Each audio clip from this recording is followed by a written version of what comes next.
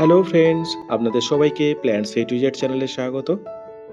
ধনেপাতার চাষ এই শীতে অনেকেই ছোট্ট টবে হোক কিংবা বাড়ির উঠানে অল্প জায়গায় করেই থাকেন।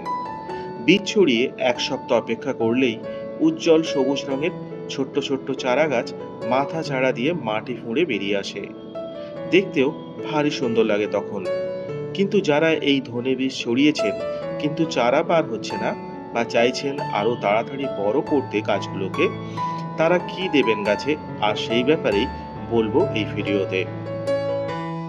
তবে আপনারা যদি এই ধনে গাছ কিভাবে বীজ থেকে নতুন চারা গাছ করবেন সেটা জানতে চান, তাহলে আমার চ্যানেলে এই ভিডিওটি দেখতে পারেন, জানতে পারবেন এই ব্যাপারে আরো বিস্তারিতভাবে।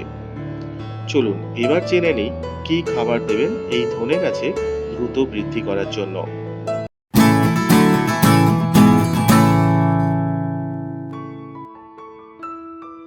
প্রথমেই বলি, যারা এই ডিসেম্বরে ধনে গাছের বীজ ছড়িয়েছেন তাদের বীজ থেকে চারা গাছ আর নাও বেরোতে পারে, কারণ এত ঠান্ডায় এর চারা বার হয় না। তাই আপনাদের পরের বছর চেষ্টা করতে হবে, আর সেটা অবশ্যই অক্টোবর থেকে নভেম্বরের প্রথম দিকেই, কারণ বীজ ফুটে চারা বেরোতে একটু গরম ওয়েদারের দরকার, কিন্তু আবার খুব গরমও নয়। তাই ওই দুটো মাসের কথা বললাম। এবার যাদের গাছের চারা বাড়ছে না তারা 1 থেকে 2 দিনের ভেজানো খোল জল নেবেন এই রকম একটি ছোট গ্লাসে, সাথে নেবেন কফি মেশানো জল। খোল জলটা যেন 1 থেকে 2 দিনের বেশি খোল ভেজানো জল না হয়, তাহলে দুর্গন্ধ ছাড়বে।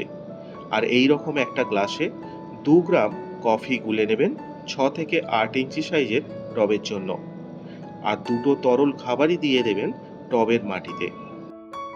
ভালোভাবে পুরো টবটিতেই চারিয়ে দেবেন, যাতে সব গাছগুলোই ভালোভাবে খাবারটা পায়।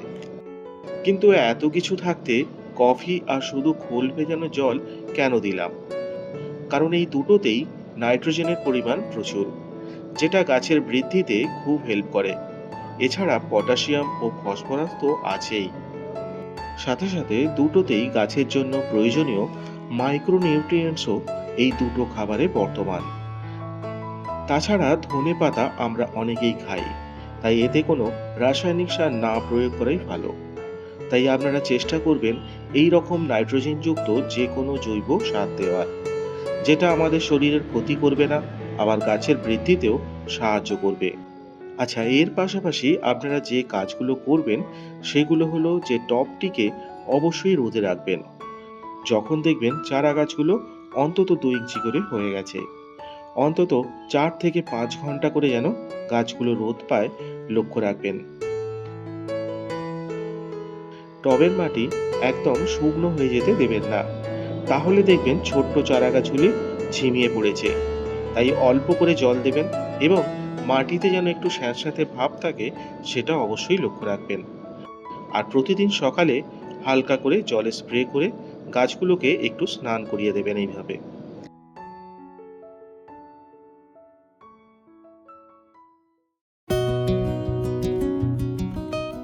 খাবার দেওয়ার 1 সপ্তাহ পর দেখুন ছোট্ট চারা গাছগুলো কেমন পাতা মেলতে শুরু করেছে। এই সময় যে খাবারটির কথা বললাম ওটা আরও একবার পুরো টবটিতেই দিয়ে দেবেন।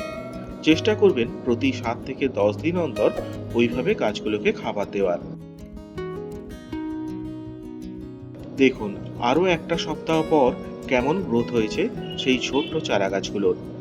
জানি বন্ধুরা, এবার দেখে মনে হচ্ছে এইগুলো স্যালাড বানালে কেমন হয়। বেশ ভালোই হবে। এই অবস্থায় আপনারা চাইলে পাতা কেটে নিয়ে স্যালাডও বানাতে পারেন, আবার তরকারিতে দিয়ে খেতেও পারেন। তাহলে যারা ধনেপাতার গাছ বাড়িতে বসিয়েছেন তারা আজই এই দুটো খাবার দিয়ে দেখুন গাছে, দেখবেন দ্রুত বৃদ্ধি হবেই আপনার গাছগুলোর। তাহলে আজ ভিডিওটি এখানেই শেষ করছি। সকলে ভালো থাকবেন, সুস্থ থাকবেন। আর যদি ভিডিওটি ভালো লেগে থাকে তাহলে please like, comment, share and please subscribe my channel.